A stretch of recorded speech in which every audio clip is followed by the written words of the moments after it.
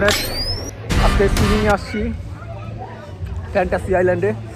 তো জাম্প করলাম, এক্সারসাইজের মতো করে করলাম অনেকক্ষণ, অনেক রোদ পড়ছে আজকে। তো স্পাইডারম্যান আসছে ওখানে, স্পাইডারম্যান 1 আসছে, স্পাইডারম্যান 2 আসছে, আবার আয়রন ম্যান হিয়ার আমিও আসছি। এখন আমি একটা জাম্প দিব। কখনো কখনো ব্যস্ত সমূহের মাঝেও একটু থেমে যেতে হয়, একটু শান্তি, একটু প্রশান্তি, আর কিছু সুন্দর মুহূর্তের জন্য। আজকের এই সময়টুকু শুধুই নিজের জন্য।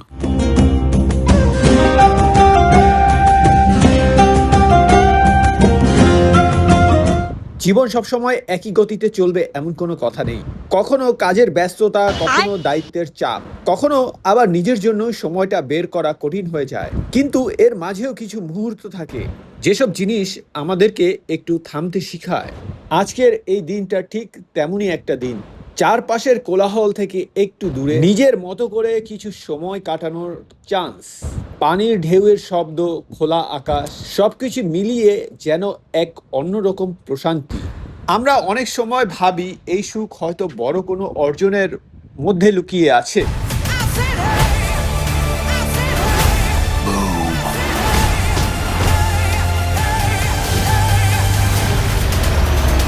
অথচ সত্যটা হচ্ছে যে সুখ এমন ছোট ছোট মুহূর্তের মধ্যেই খুঁজে পাওয়া যায়, যেখানে কোনো তাড়া নেই, প্রতিযোগিতা নেই, নেই কোনো চাপ, আছে শুধু মুহূর্তটাকে উপভোগ করার সুযোগ।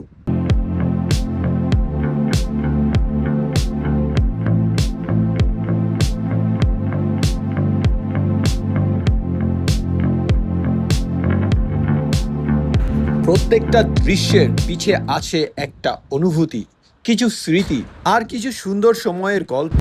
সময় খুব দ্রুতই চলে যায়, আজকের সুন্দর মুহূর্ত কাল স্মৃতি হয়ে যায়। তাই জীবনের ব্যস্ত অধ্যায়গুলোর মাঝেও এমন কিছু মুহূর্ত ধরে রাখা দরকার, যা পরে দেখলে আমরা অনেক আনন্দ পাই। হয়তো এই দিনটা তেমনই একটি দিন, কারণ সৌন্দর্য সবসময় বড় কিছুর মধ্যে থাকে না।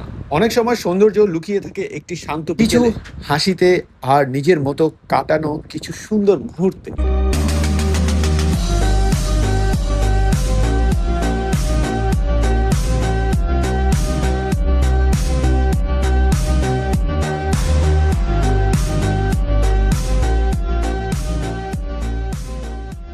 জীবনের পথ চলা চলতেই থাকবে, আমি দৌড়াতে থাকবো, পানিতে ঝাঁপ দিতেই থাকবো, ব্যস্ততা থাকবে, দায়িত্বও থাকবে, কিন্তু এই স্মৃতিগুলো থেকেই যাবে।